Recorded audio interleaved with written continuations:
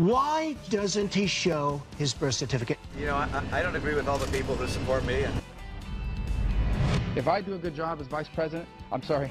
I would have to consider it, but it's not something I'm even thinking about right now. Just look at these two together. It's like the bland leading the bland. Gaming is surrounding us everywhere. I don't think any of us are of the illusion that betting on NFL games isn't happening every week in New Jersey. Good evening and welcome to RFL. Hope you enjoyed your Memorial Day weekend. Thanks for joining us on this Tuesday evening, May the 29th. I'm Andrew Whitman, in tonight for Richard French.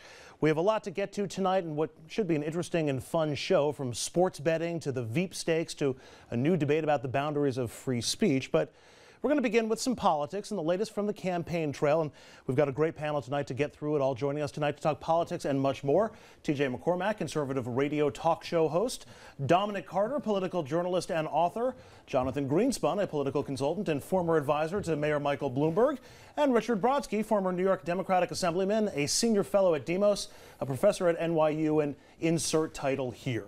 We are in first position tonight with the very latest from the campaign trail. That'll be a big day tomorrow. Looking forward to the good news.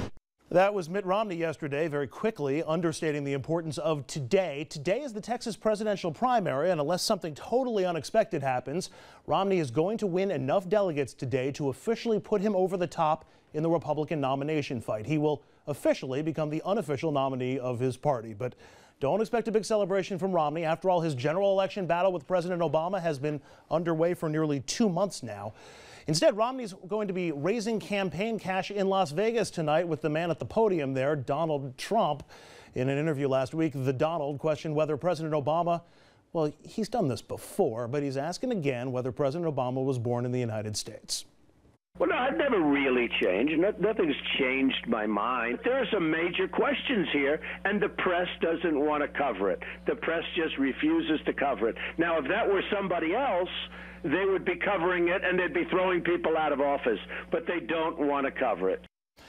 All right, so that's Trump. And then when asked about it yesterday, Mitt Romney didn't make any effort to correct Trump or distance himself when it comes to that discredited birther story. You know, I don't agree with all the people who support me, and my guess is they don't all agree with everything I believe in. But I need to get 50.1% or more, and I'm appreciative to have the help of a lot of good people. 50.1% or more. Remember that line. The Obama campaign released a web video today slamming Romney for not pushing back against Trump's views, noting that in 2008, John McCain stood up to quote voices of extremism.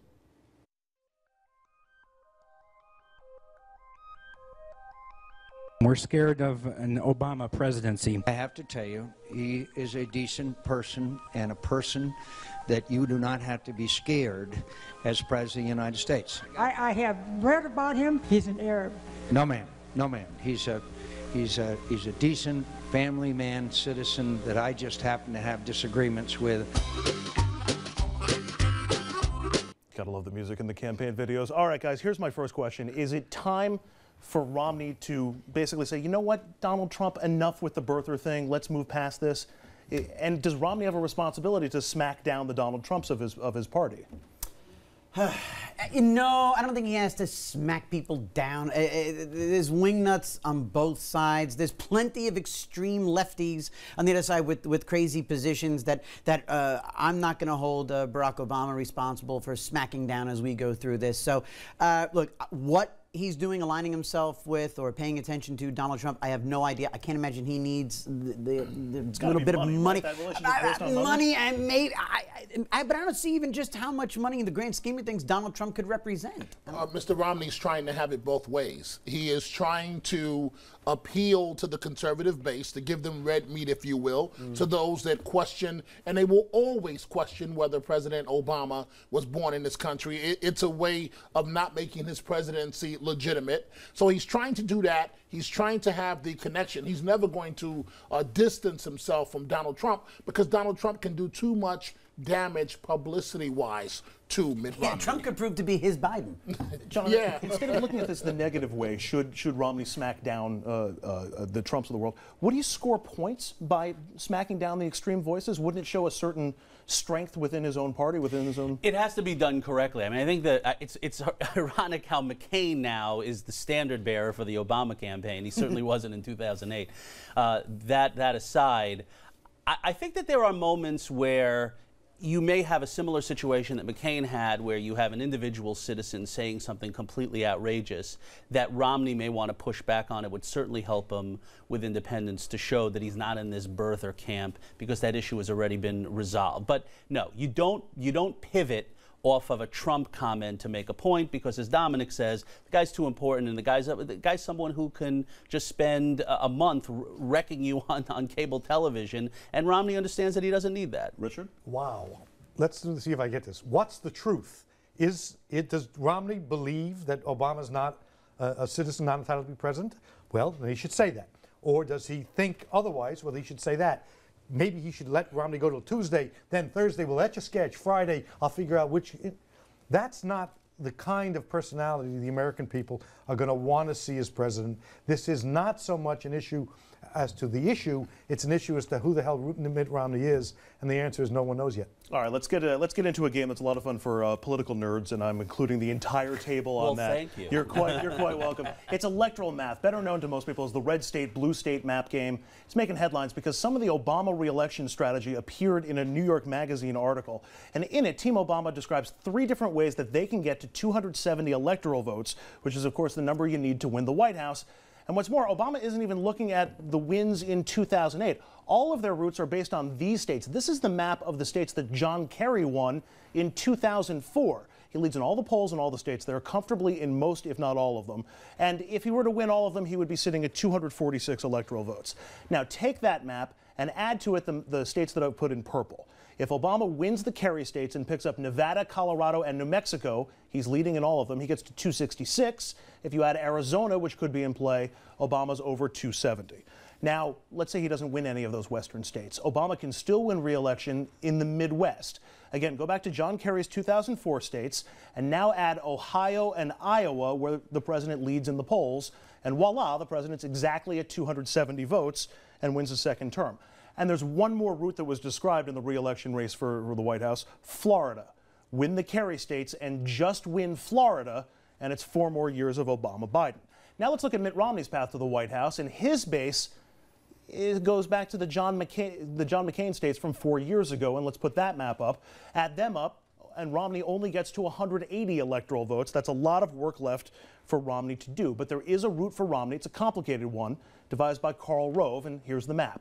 In this map, the must-win states are in yellow. Romney would have to win Florida, Ohio, and Virginia.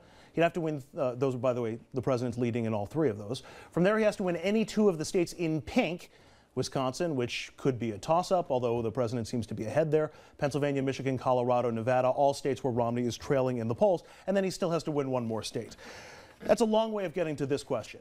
It seems as though the electoral math seriously favors President Obama, that Mitt Romney really has a lot of hilly terrain to try to conquer if he's going to get to 270 votes. Your thoughts? Is there an advantage in just the electoral math? Well, let me go to the first one, the first map. Let me tell you why Romney needs to be slightly concerned. The states that you mentioned, Colorado, Nevada, heavily Hispanic. And right now, Romney's got a serious Hispanic problem. That can be corrected and that gap can be narrowed if he starts to play his cards right, which is basically do everything the opposite of what he did in the primary season, which is not easy to do. But however, your way to the next level. all right, etch a sketch. You call it. Having said yeah, that, as if Obama never etch a sketch. He's down 20 to 40 points among Latino voters in different polls that we've seen, and all he has to do is win Nevada by 1 vote, and he wins the electoral votes. I mean, narrowing the gap doesn't necessarily get you those states. Well, you really do want to. I think if you're Romney, you want a scenario where Florida and Ohio is in play, because if the electoral math, as you put it, is working in a completely opposite way, it's not good for him. Let me just state why I don't play to this theory of the different be my guest to the different roads to victory and mapping out the blue states and the red states. I put so much work into politics is a game of perception and expectations. And if Romney continues to do what he's doing now in terms of making this race close, which is what he is doing, it may sway those crucial independent voters in each of those states where it could go either way. Granted, momentum plays a large role, and the national trends dictate how the states change. This isn't politics. This is elections. And elections in America are based on state votes. You may not agree with the analysis. That's fair. But to say that you shouldn't, or the analysis isn't worth much, isn't fair. In fact, Romney's facing a profound strategic problem. But if we went by strategy and expectations, how did Obama win the states that he did in 2008, which it was said that he could never win? Virginia, Indiana. The experts said that those were states that he couldn't win. He got it right.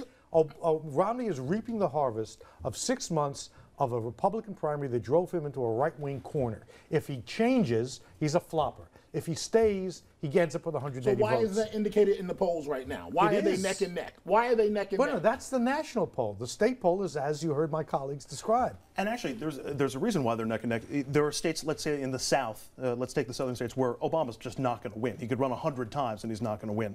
He might be losing by 20 points in those states. That's a big gap as opposed to the states where he's leading by 3 or 4 points. Yeah. So the area only 1 point really makes a difference in winning the state. But when you're talking about the national vote, that's where you get. I think what this speaks to is the whole notion of forcing Obama to run on his record and force Obama to, the man came into office basically promising the Latino community considerable movement towards comprehensive immigration reform. Nothing happened. The man has visited the border twice, and his biggest step forward was a meeting with a bunch of Latina actresses at the White House. He met with Eva Longoria. That was his big move. That's Obama's fault?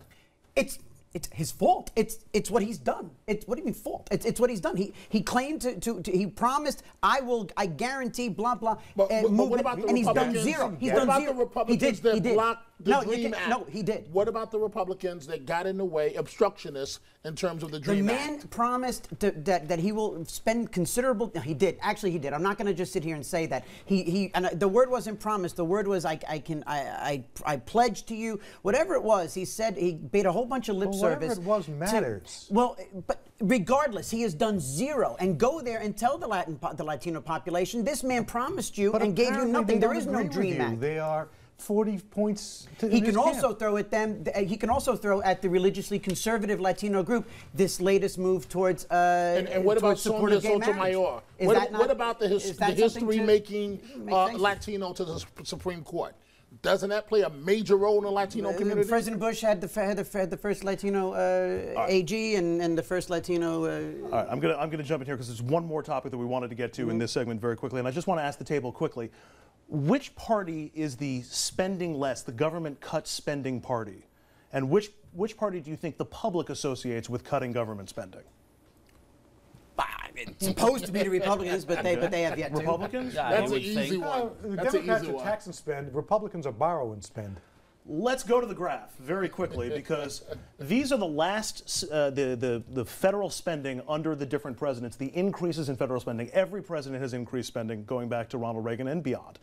In red, you got the Republican presidents. In blue, you've got the Democrats. History seems to show that Democratic presidents actually spend less. They raise their spending less, and that includes President Obama. Is this something that can be, I don't know, thrown out to the American people and get the people to change that impression? No. That Democrats are fiscally responsible? No, it's the same reason why you can't get as decent as Obama has been on national security. He's got Osama bin Laden, certainly a huge feather in his cap, but most people believe that Republicans are better on the economy and on foreign policy. He's cut the rate of spending for the federal government. He's cut federal employees. A lot of that has to do with Congress and also forcing him. And, there's always the health care issue, which is something that's going to add trillions onto the deficit.